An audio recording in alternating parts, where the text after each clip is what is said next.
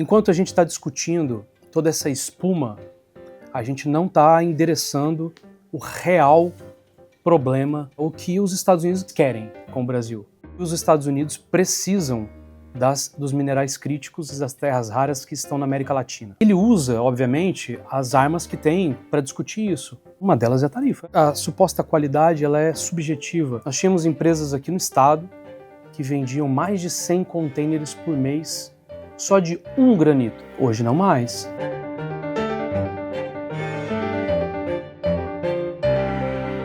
O Brasil é um dos principais produtores e exportadores de rochas naturais do mundo. E o Espírito Santo é o principal player dentro do Brasil. Por isso, hoje a gente conversa com Fábio Cruz, que é vice-presidente do Centro Rochas, que é a associação brasileira que cuida desse setor. O Fábio tem feito um trabalho muito forte no exterior, tanto com os Estados Unidos, ali naquela questão regulatória das tarifas que agora foram impostas pelo Trump sobre mármores e granitos, os quartzitos ficaram de fora. A gente vai falar disso aqui. E também em desbravar novos mercados, né, Fábio? Descobrir novos mercados para a rocha natural brasileira. Eu queria primeiro falar sobre essa questão das tarifas, né? Recentemente, o Trump canetou lá de novo tarifas sobre mármore e granito. Os quartzitos ficaram de fora, é isso. Qual é o impacto que isso tem para o mercado brasileiro, na sua visão? Bom, Ricardo, primeiro, obrigado pelo convite, pelo espaço. É sempre um prazer aqui trocar com você. Olha, tem um impacto grande, porque, na verdade, a cadeia de fornecimento das rochas naturais no mercado americano, que é o nosso principal destino das exportações, ela é muito integrada, né? O que a gente vende para lá é insumo para a indústria americana, ou seja, as chapas, os produtos semi-acabados se transformam, são beneficiados, são fabricados, instalados nos Estados Unidos. Então, tem um impacto muito grande, porque quem vai pagar essa conta, no final das contas, é a própria economia americana e, consequentemente, o Brasil acaba deixando de exportar aí os granitos e os mármores. Você acha que vai ter um impacto importante aqui? Olha, eu acho que está muito difícil até de fazer uma leitura. Hoje pela manhã eu estava conversando com um amigo, eu falei assim, é até complicado você fazer um diagnóstico, porque hora é 10, hora é 50, hora é 25, agora você não sabe se vem mais 12,5% em cima da seção que está sendo estudada para o trabalho forçado, né, contra os 60 países. Esses 12,5% vão ser em cima dos 25%. Confuso, muito confuso e instável. Nenhum empresário quer viver num ambiente instável. Então, agora se você me permite, enquanto a gente está discutindo toda essa espuma, a gente não está endereçando o real problema, que é o que os Estados Unidos, de fato, o que eles querem com o Brasil. E isso está declarado nas idas lá a Washington, conversando, participando de audiência pública. Isso está declarado que os Estados Unidos têm muito interesse, além de uma política mais liberal, além disso, acesso aos minerais críticos e às terras raras. Isso está declarado num documento. Enquanto a gente não endereçar esse assunto de maneira mais estruturada, a gente vai ficar discutindo essas espumas todas. Então você acha que uma das razões das tarifas do Trump com relação ao mercado de rochas brasileiro tem a ver com o fato dos Estados Unidos estar interessados nas terras raras brasileiras, é isso? Olha só, os Estados Unidos declarou de forma absolutamente aberta e deu inúmeros indícios para demonstrar isso, que os Estados Unidos precisam dos minerais críticos e das terras raras que estão na América Latina. O DFCE, que é o órgão, é o equivalente ao BNDES brasileiro, né, que fica lá nos Estados Unidos, veio ao Brasil com uma delegação gigantesca americana dizendo assim, olha, nós temos recurso financeiro, nós queremos financiar pesquisa mineral no Brasil e na América Latina, nós temos mecanismos financeiros para financiar pesquisa mineral, porque nós precisamos dos minerais críticos e terras raras. Aí ele usa, obviamente, as armas que tem para discutir isso. Então, uma delas é a tarifa. Uma delas é a tarifa, exatamente. Então fica se discutindo desmatamento, PIX, isso, aquilo, mas na verdade existe um porquê que está por baixo disso tudo e que a gente não está endereçando. Mas aí, essa questão da tarifa dos Estados Unidos despertou para o mercado brasileiro uma indagação importante, que é: quanto tempo eu posso ficar dependente dos Estados Unidos como meu principal comprador? Porque aqui a gente exporta 70% para os Estados Unidos, é isso? Aproximadamente. Se a gente considerar os produtos semi-acabados, é mais de 70%. Mais de 70%. Então, o que os empresários brasileiros e capixabas e cearenses, né, de rochas naturais podem fazer para não ficar dependente dos Estados Unidos para os próximos 5, 10 anos, entendendo que é um país que pode se tornar hostil para o nosso mercado? Muito do que precisa ser feito já está sendo feito, né? Porque nos últimos 30 anos o Brasil cresceu muito as exportações, mas os Estados Unidos estavam muito comprador, então a gente também não deu conta de ir saindo atrás de outros mercados, que você tem um mercado que está te comprando tudo que você estava produzindo. Sim. Mas a gente vem abrindo mercados, né? Mas ao mesmo tempo você tem conflito no Oriente Médio. Então a gente tinha um grande complicador, né? Extremamente. A gente vai ao Egito agora em novembro. A gente entende que o Egito pode se transformar num polo interessante ali no norte da África para fornecer inclusive para o Oriente Médio. Para a Europa também, né? Para a Europa também. Tem mudanças acontecendo entre o acordo Mercosul e a União Europeia, que a gente precisa entender como é que vai ficar para o setor de rochas, porque hoje a Itália é o hub que atende toda a Europa com chapa. Então, assim, tem muito para se fazer, mas essas coisas levam muito tempo, né? E você não consegue abrir novos mercados do dia para a noite. Você veio fazendo um trabalho importante de abrir o mercado do Oriente Médio, focado ali em Dubai, Abu Dhabi. Agora você enxerga que talvez, por conta dessa guerra, olhar para a Ásia pode ser uma alternativa? Olha só, a gente tem um dificultador na Ásia, que é a China, que é bom e ruim, né? A China compra um volume, tem crescido as compras. Gigante de bloco, né? Só que é bloco, né? É matéria-prima. É bom, é ruim, tem os dois lados, porque para o minerador também é importante vender muito bloco, Claro. para oxigenar a própria pedreira, às vezes para pegar grandes projetos, precisa vender o que a indústria de chapa aqui não dá conta, às vezes, de beneficiar. Então, quando você pensa em mercados lá na Ásia, Sudeste Asiático, ou mesmo na Austrália, a gente vai fazer uma missão comercial na Austrália, depois do Egito. Interessante. É mais difícil, porque enquanto você tem um container saindo da China e indo para a Austrália em uma semana, ou menos, e custa $500, $700 de frete. Então, como é que você vai competir? Então, tem variáveis difíceis agora de ser superadas. E o mercado sul-americano?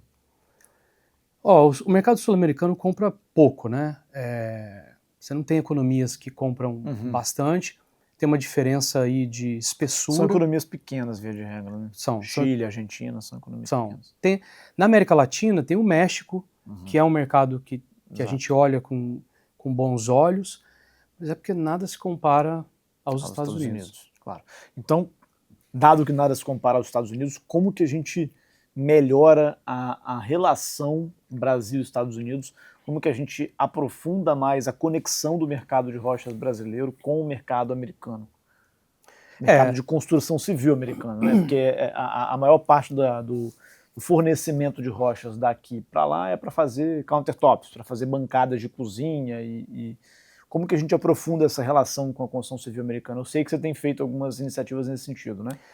O que a gente aprendeu, né, para mim também, apesar de estar há 26 anos nesse setor, quando o tarifaço começou e nós fomos, na primeira missão da CNI, que nós fomos a Washington, nós estávamos junto com a NAHB, National Association of Home Builders. É uma associação gigantesca com milhares de grandes construtoras residenciais, e a gente percebe que há uma abertura institucional muito grande. Você percebe que eles querem integrar mais com a gente, eles querem receber mais o setor de uma maneira institucionalizada, para entender aonde que estão as outras oportunidades para essa integração. É o setor avançar, eu sempre falo, avançar estoque, é o setor pensar de uma maneira conjunta como que pode atender grandes construtoras americanas, é o setor fazer mais ações para designers e arquitetos, é o setor, eu não sei, mas atuar de maneira mais institucionalizada, essa diplomacia empresarial, eu vejo com excelentes olhos. Esse trabalho de diplomacia empresarial é um negócio que você tem feito muito pelo mundo, acompanha um pouco ali sua agenda, atribulada, uma vez mora em Só Dubai, você viaja mais do que eu, cara. mora nos Estados Unidos.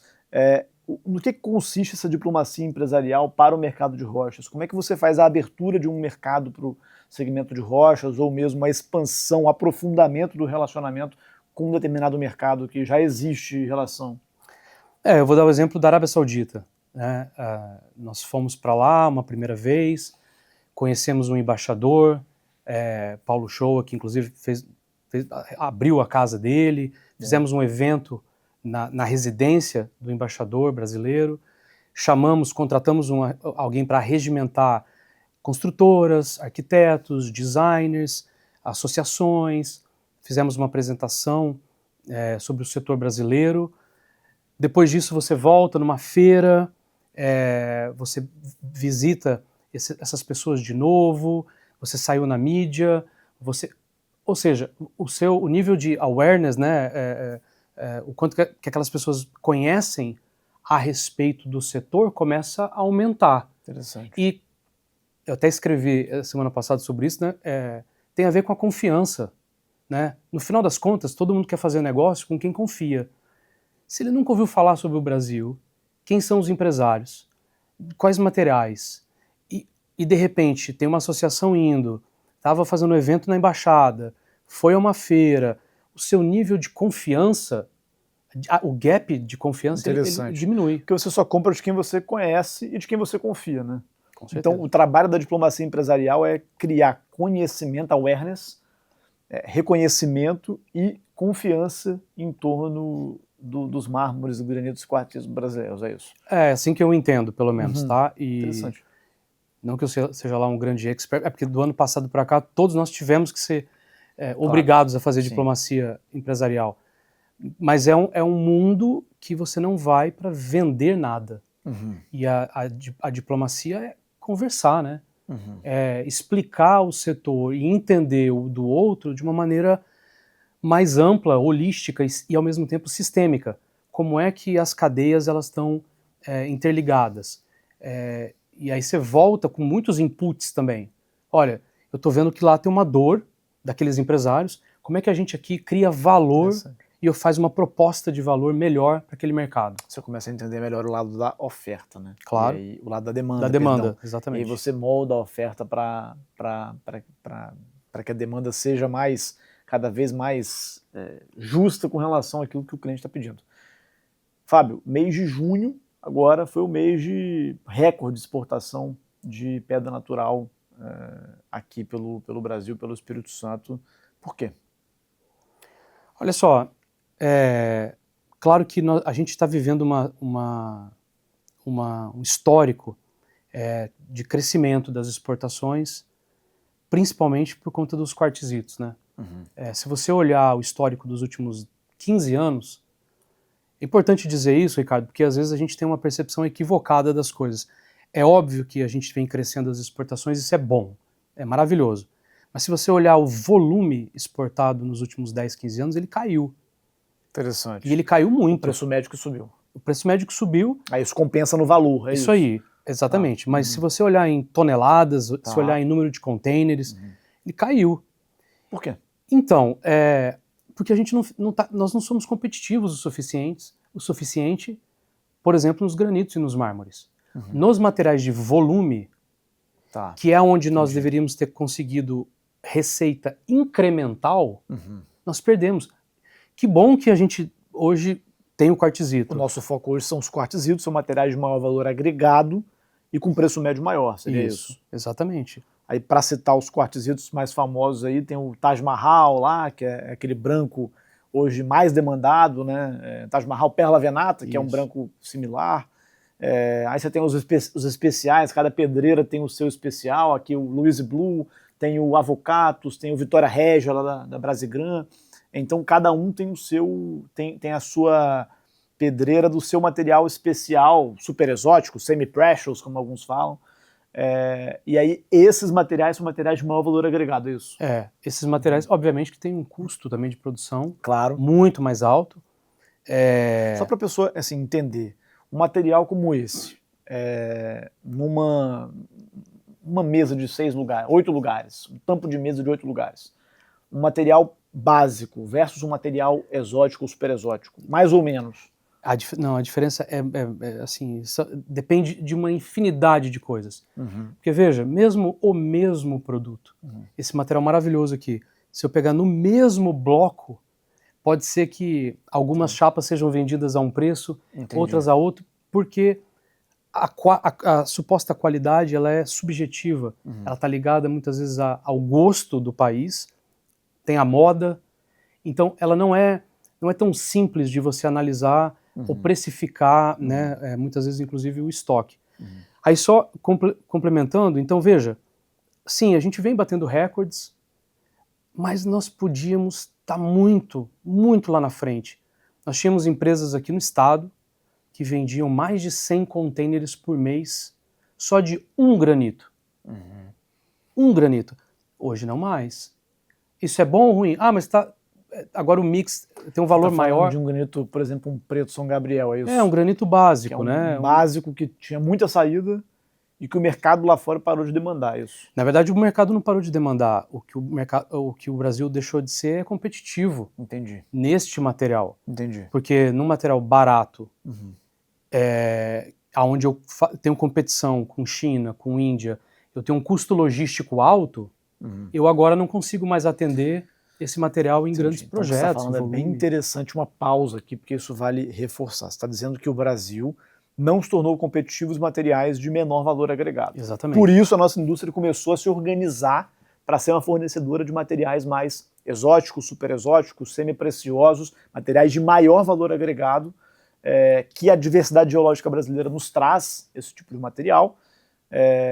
E o Brasil, como é um produto mais caro, a gente consegue compensar esses custos de frete, logística, impostos, só nesse material e não no material mais básico que isso. Então você está dizendo que o custo do Brasil, nesse segmento, ele se refletiu numa mudança do mix de produtos ofertados ao mercado.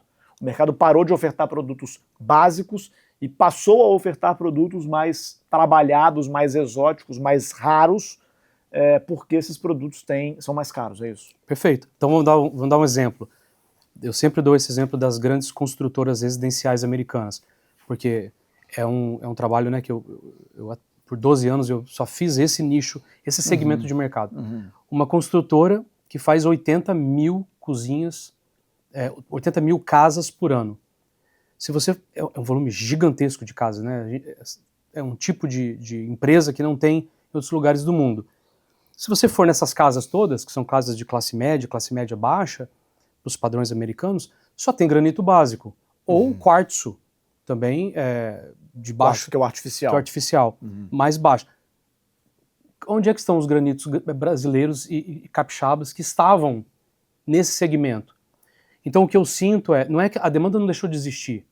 Nós é que não conseguimos ser competitivos em comparação com China, com Índia, por questões logísticas, por questões do custo Brasil, por uma série de razões, mas eu volto a dizer, todo esse aumento dos quartzitos, eles deveriam ter sido mais incrementais ao que nós tínhamos antes, e não em substituição aos granitos básicos. Mas agora olhando para frente, assim, o futuro do mercado de rochas aqui, o que você enxerga? Esse mix de materiais mais brutos com materiais mais de maior valor agregado, ou uma especialização da nossa indústria em agregar valor aos materiais de maior valor agregado, aos quartzitos e exóticos, super exóticos, etc. Então, é importante entender assim, Ricardo, não tenha dúvida que o Brasil se destaca pela diversidade mineralógica, geológica que a gente tem, né? Nenhum país do mundo tem o que a gente tem. E isso tudo você encontra aqui no Espírito Santo, né? Você não tem outro lugar no mundo que você vai e você encontra tanta diversidade como tem aqui. Então isso é maravilhoso, não tenha dúvida, mas isso também tem algumas consequências. Esses produtos de alto valor agregado, eles não têm o mesmo giro.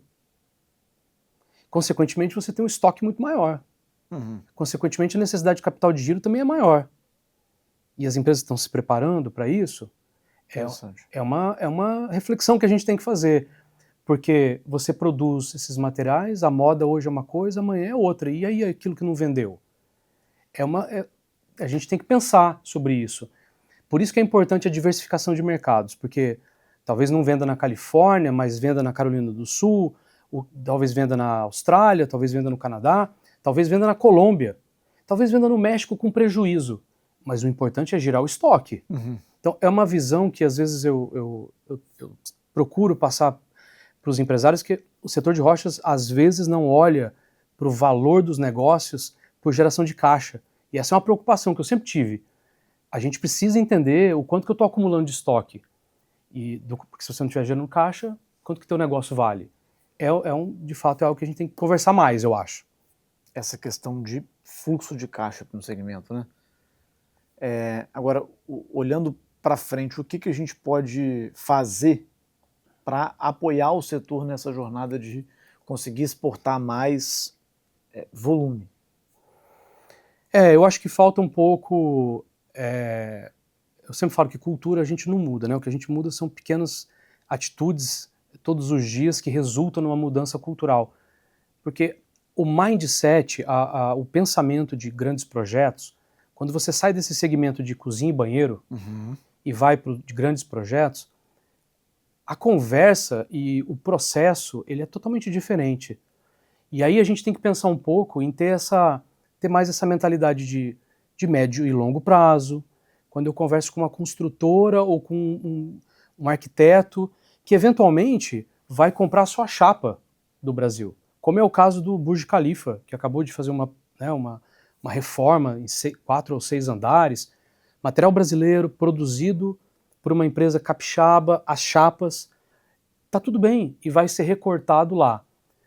Mas a gente tem que sair daquela ideia que para vender mais é só vender container.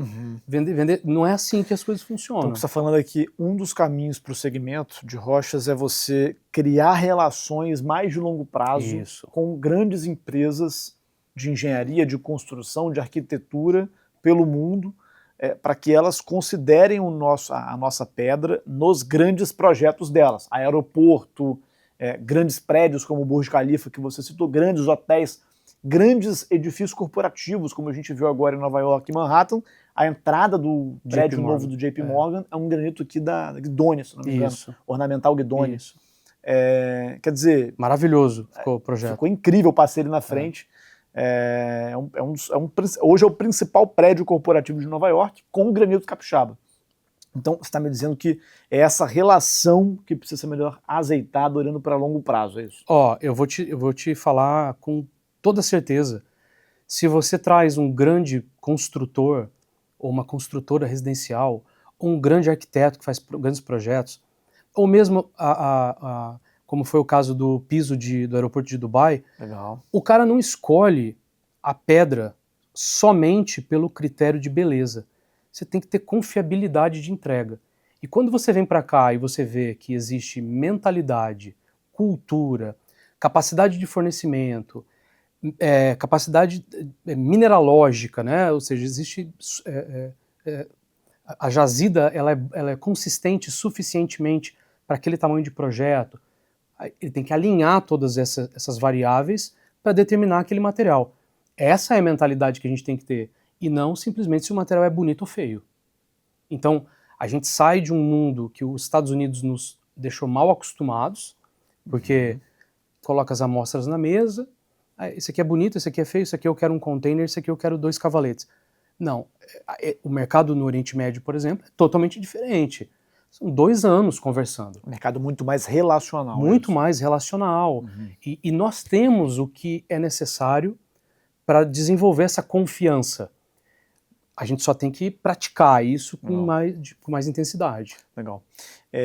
Fábio, falando sobre os materiais artificiais, a Austrália recentemente proibiu os materiais artificiais, não é isso? Que são os quartos, né? As cópias das rochas as cópias das rochas naturais. Como é que você enxerga essa questão, o crescimento dos materiais artificiais nos mercados, até porque eles são em tese padronizados, né, dados que são impressos, basicamente, e como fazer frente ao crescimento dos materiais artificiais com as rochas naturais. Você sabe que isso que eu acabei de mencionar, sobre a consistência, a confiabilidade, a segurança, esse é o principal motivo dos produtos sintéticos terem crescido, tomado tanto market share, Sim. porque eles construíram algo totalmente confiável. Sim. Tá aqui minha amostra, eu te entrego o quanto você quiser disso aqui. Coisa que a natureza não faz. Né? A natureza não faz. E ainda constroem uma cadeia de fornecimento com distribuição própria e tal. Então, como é que a gente vence isso? A gente precisa entender, fazer uma leitura melhor do que o mercado está demandando. O que é importante para, de fato, gerar essa demanda lá na ponta. Pode ser que o que a gente tem que vender é justamente a não consistência.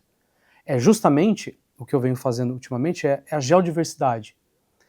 Pode ser que a gente tenha que vender isso, mas esse storytelling sobre cada chapa é uma chapa, a natureza é única e em nenhum outro lugar do mundo você encontra a diversidade que o Brasil tem, e o Espírito Santo tem, para inspirar um arquiteto lá na Arábia Saudita a especificar um produto dessa forma. Mas enquanto eu não fizer isso dessa maneira, ele vai querer achar, por meio de uma amostra, algo que seja igual para o projeto todo. Entendi. Então você está falando que é muito mais você conseguir mostrar para quem está comprando que aquele material ele tem atributos, além da beleza, além da estética, que agregam valor ao projeto. É isso? Eu acho que... você virar para um arquiteto que fez um Burj Khalifa e falar, cara, você pode botar um material artificial, mas você não vai conseguir contar a história de que o teu prédio é um prédio mais sustentável. Né? Ou de que o teu prédio ele tem uma pedra que vai durar centenas de anos. Perfeito, é isso aí. Agora, eu acho que nós temos pedra para tudo. Também é importante dizer isso. Vou voltar aqui ao exemplo do Louis Blue, desse material. Se eu quiser fazer um piso de aeroporto, não funciona.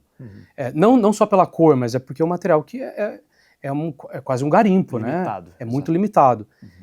Então, no Brasil, você tem materiais para tudo. Tem materiais para grandes projetos, tem materiais para projetos médios, tem materiais com consistência para fazer 80 mil casas, fazer bancada de cozinha por ano. Então, tem de tudo. E eu acho que a gente aqui temos que saber como ofertar para esses diferentes segmentos, entendeu? E isso é uma leitura importante que eu acho que nós temos que fazer do lado de cá. Boa. Fábio, mudando agora para a tecnologia no mercado de rochas. Como aplicar inteligência artificial, tecnologia nesse segmento, seja para aumentar a receita, seja para reduzir custo? Ricardo, eu acho que, pelo que a gente vem acompanhando, a gente percebe que a inteligência artificial está muito mais próximo dos usuários, né, ali na ponta, ou de arquitetos, ou de designers, com diferentes usos seja para fazer oferta, seja para desenhar cozinhas, mas eu acho que existe um mundo gigantesco de oportunidades do uso da IA dentro da fábrica. Né? Legal. Seja com IoT, seja com... como é que eu otimizo? Imagina, a gente falou, cada chapa é uma chapa. Como é que eu faço planejamento e controle de produção de uma fábrica de pedra onde cada chapa é um SKU diferente? É um inferno, é muito difícil. Sim. Como é que eu faço leituras de imagem para entender, ao longo dos anos, que tonalidade de bege vende melhor na Carolina do Norte, ou na Califórnia, ou em determinado mercado? Tem uma massa de dados que só com a inteligência artificial a gente conseguiria cruzar. Então eu acho que tem coisas que a gente dá para melhorar e dá para aprender muito. Classificação de material, tudo isso ainda é muito subjetivo. E eu acredito que a inteligência artificial poderia vir para ajudar bastante nesse sentido. Ainda sobre inteligência artificial, eu estou vendo que as marmorarias e as marcenarias também, elas estão mudando um pouco, com alguns sistemas que hoje você sobe o seu projeto lá e ele já faz um recorte automático, já manda para a marmoraria, já manda para a empresa de marcenaria. Como que esse mercado de rocha ele pode aproveitar a tecnologia para estar linkado mais diretamente ao consumidor final. Perfeito. E isso, inclusive, é tema de um projeto que eu tenho, porque se as imagens das pedras fossem de fato digitalizadas em altíssima definição, nós poderíamos construir blocos digitais para renderizações para tudo quanto é lugar, onde eu de fato pudesse entregar para um arquiteto, para um designer, olha, você vai fazer o projeto, mas você vai renderizar na chapa que eu produzi aqui, e não em uma amostra qualquer. Você vê que produtores de superfície sintética, né, de quartzo e outros materiais, eles fazem isso. São blocos digitais que eles disponibilizam esses arquivos para os softwares de renderização. Sim. Então, na hora de fazer os renderings de uma cozinha, de um projeto e tal, deixa eu olhar, eu tenho que escolher a bancada. Deixa eu olhar aqui na minha biblioteca. Não tem pedra natural, entende? Então, isso é algo que a gente poderia, com certeza, seria uma forma de se aproximar do designer, do arquiteto, do consumidor final. Interessante. De fato, eu acredito que tem oportunidade aí. Interessante. E sobre sucessão familiar nesse segmento, a gente vê muitas indústrias de rochas que são ainda de primeira geração, né, tocadas pelos fundadores, e um início de um movimento dos filhos da segunda geração começarem a assumir essas empresas. Como é que você avalia esse movimento da sucessão e o que você acha que essa passagem de bastão precisa de ter para não deixar a peteca cair? Se fôssemos falar de ESG em geral, né, assim, eu falo que o E e o S, a gente só precisa contar melhor a história que a gente já está fazendo. De meio ambiente e de impacto social, né? Porque meio ambiente, nós já somos extremamente sustentáveis. A gente está fazendo um projeto de estudo de EPD, que é o de impacto ambiental, justamente para demonstrar melhor que o produto, que a pedra natural é mais sustentável. Então a gente já está fazendo. Social faz um trabalho incrível com a rocha ativa e tal. Quando a gente fala do G, da governança, assim, eu vejo que essa sucessão ela vem melhorando bastante a gestão das empresas, mas a governança, eu ainda acho que a gente tem um caminho aí para a gente melhorar, sabe? Então, Como melhorar a governança nas empresas de rocha? E assim, eu sempre dou esse exemplo porque eu fico feliz, como é o case. Nós temos uma empresa do setor que foi investida por um fundo de private equity, e eu falo, isso é muito legal porque não existe empresa de private equity investindo onde não tem governança, não tem estrutura, não está preparado societariamente, não tem gestão. Então a gente deu passos muito importantes ao longo dos últimos 10 anos, e nessa sucessão familiar eu vejo que a gestão vem melhorando, mas eu acho que a governança a gente tem que enxergar que uma coisa não é exatamente igual a outra, são coisas diferentes. Como fazer isso? Há sempre uma tentativa das empresas familiares de colocar os próprios herdeiros como os gestores. E não necessariamente precisa ser assim, né? Pode ser uma gestão profissionalizada e o herdeiro é o acionista. Exatamente. E eu vejo que não há muitas vezes essa disponibilidade de ter um assento no conselho, abrir novos negócios e uma gestão profissionalizada. Há muito essa cultura de querer ser o gestor. E uma coisa é a gestão, outra coisa é ser o herdeiro, né? Você pode fazer outras coisas, enfim. Perfeito. Fábio, a gente está para encerrar com algumas feiras chegando da indústria de rochas. A gente tem aí a Cachoeira Stone Fair agora, em agosto. A gente tem a Marmomac Verona em setembro. A gente tem aí as feiras da China, né? Eu tenho a África, que é no Egito. África, Egito. E depois China em março do ano que vem. Marmomac Brasil em fevereiro do ano que vem. Marmomac Brasil em fevereiro do ano que vem. Como as feiras têm ajudado o segmento a criar relação com os mercados? Ricardo, eu acho que a gente ainda está passando por um momento de transição, de entender o real valor das feiras. Alguns enxergam, outros não, mas quando você fala com os compradores, com os importadores, você percebe que as pessoas gostam da feira. A feira é um momento de interação, não é só de ir lá olhar uma amostra de pedra.